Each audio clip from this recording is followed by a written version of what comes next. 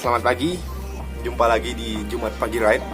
Jadi kali ini kita berada di segmen Awan Trik lagi.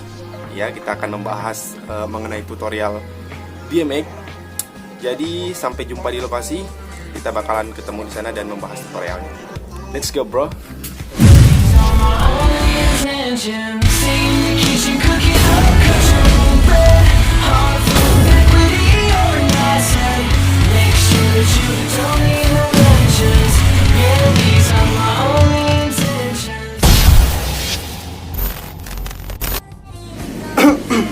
Halo, welcome back bro.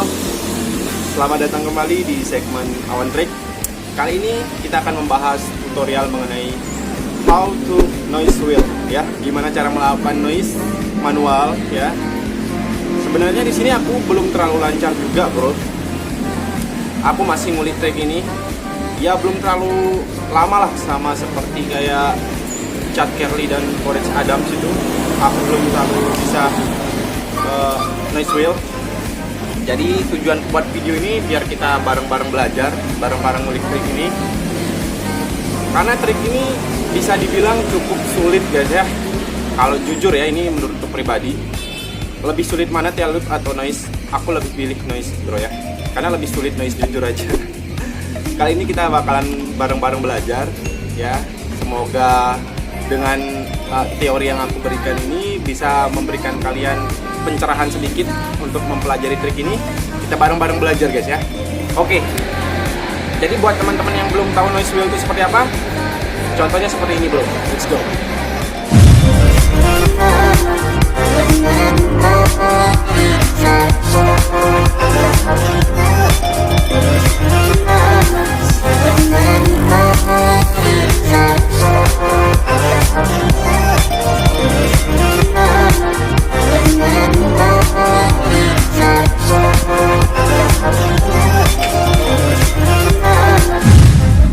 Oke bro, itu adalah trik noise manual guys ya.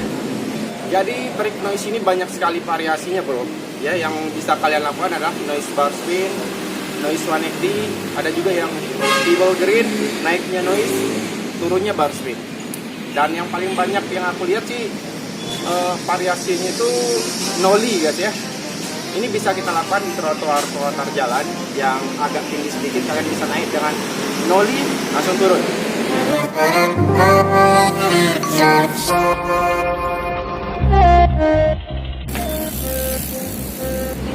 Dengan kalian berjalan dengan roda depan, naik di trotoar itu bakalan kelihatan keren sih menurutku. Itu bisa kalian variasikan. Dan kalian bisa variasikan sekreatif kalian lah ya. Oke bro, selamat belajar dan selamat belajar. Oke, sekarang kita masuk ke step yang pertama. Yang pertama kalian harus berani dulu guys. Kunci pertama dari noise wheel ini adalah berani.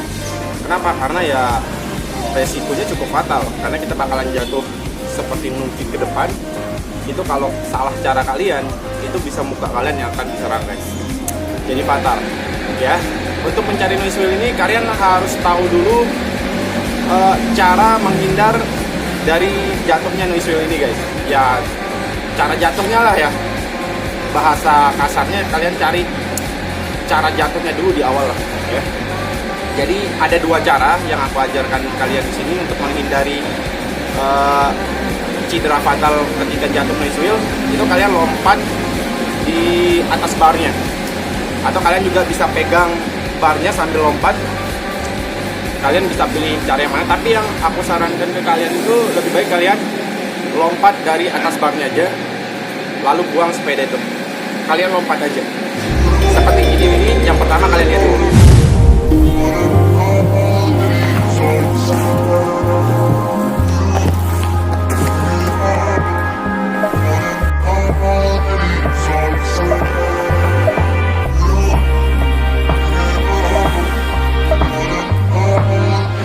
Nah, jadi di sini ketika aku mau jatuh, aku lompat di atas barnya, ya.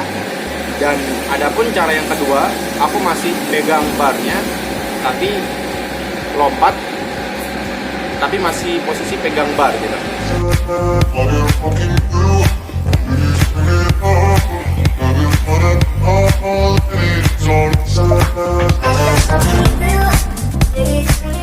Jadi kalian bisa pilih cara yang mana lah ya.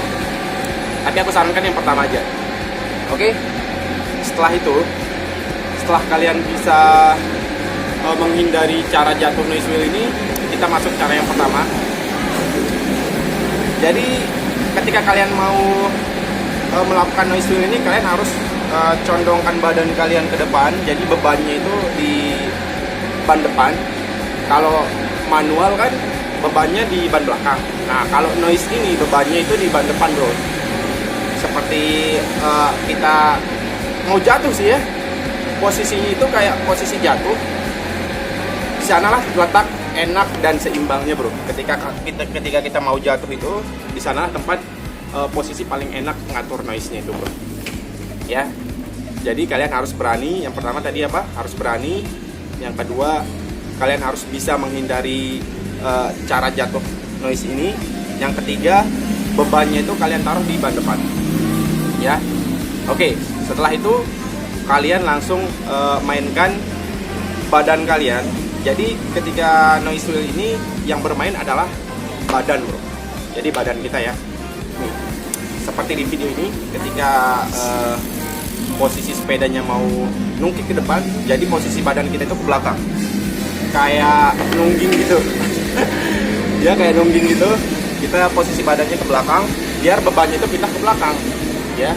Nah, begitu pun sebaliknya, kalau posisi sepedanya ini mau jatuh ke belakang, kayak gini, posisi badan kita ke depan. Nah, jadi bebannya itu kita pindahkan ke depan.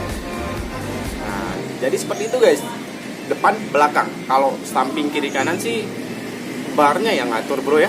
Karena aku masih belum cari juga cara belok, noise belok ini aku belum terlalu cari karena belum bisa juga sih. Ya, intinya gitu. Mainkan depan belakang aja, depan belakang aja kita. Kalau jatuh ke belakang, bebannya pindah ke depan. Kalau jatuh ke belakang, jatuh ke depan, bebannya pindah ke belakang.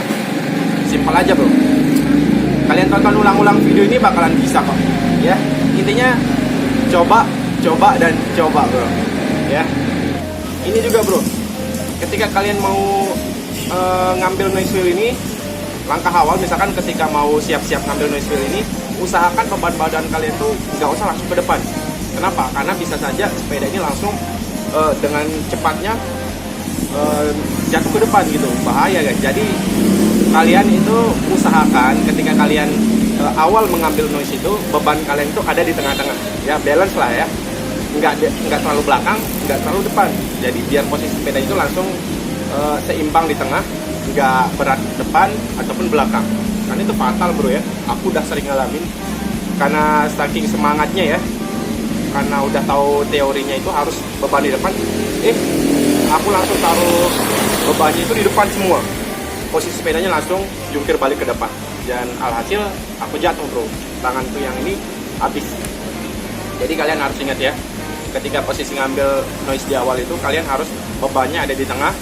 Kalau udah di tengah itu bakalan berasa kok sepedanya bakalan jatuh ke belakang ataupun ke depan. Nah, di saat itulah kalian bakalan atur sepedanya, badan kalian bermain. Kalau sepedanya jatuh ke belakang, posisi badan kalian itu harus ke depan. Semuanya bebannya harus ke depan. Tapi nggak usah terlalu banyak, ya sedikit aja lah. Ya, begitupun sepedanya mau jatuh ke belakang, bebannya ada di depan. Ketika posisi sepedanya mau jatuh ke depan, bebannya ke belakang. Begitu aja, bro.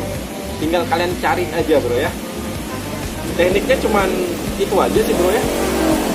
Ya, yang paling penting adalah berani dan terus coba gitu. Jangan sampai kapok, itu intinya. Jangan sampai kapok, berani coba aja ya. Karena aku juga masih belajar. Kalau dibilang bisa noise, bisa sih, bro ya. Tapi nggak terlalu lama gitu loh. Nggak bisa yang lama banget gitu. Itu yang masih aku cari sampai sekarang. Jadi kita sama-sama belajar, bro ya. Mari kita terus belajar, biar kita enak main tekniknya. Kalau udah bisa trik-trik yang kita inginkan, otomatis kan main kita semangat tuh, bener gak? Oke, sekarang kita masuk ke posisi tangan. Jadi tangan ini nggak mesti lurus ya. Ketika noise itu nggak harus lurus tangannya, nggak seperti ini. Jadi menyesuaikan aja, bro ya. Ketika posisi sepeda ini condong terlalu depan, di saat itulah tangan kalian bakal lurus dan posisi badan kalian tuh nungging ke belakang.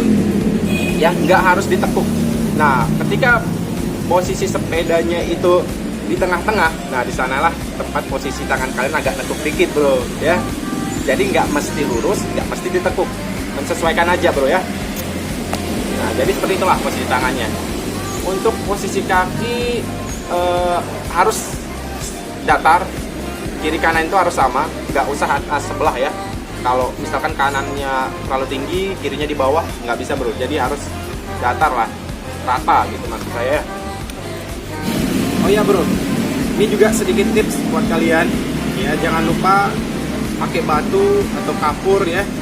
Ini kalian garis di jalan itu untuk target sampai mana kalian akan noise. Itu sedikit membantu kalian bakalan usahakan noise sampai titik itu.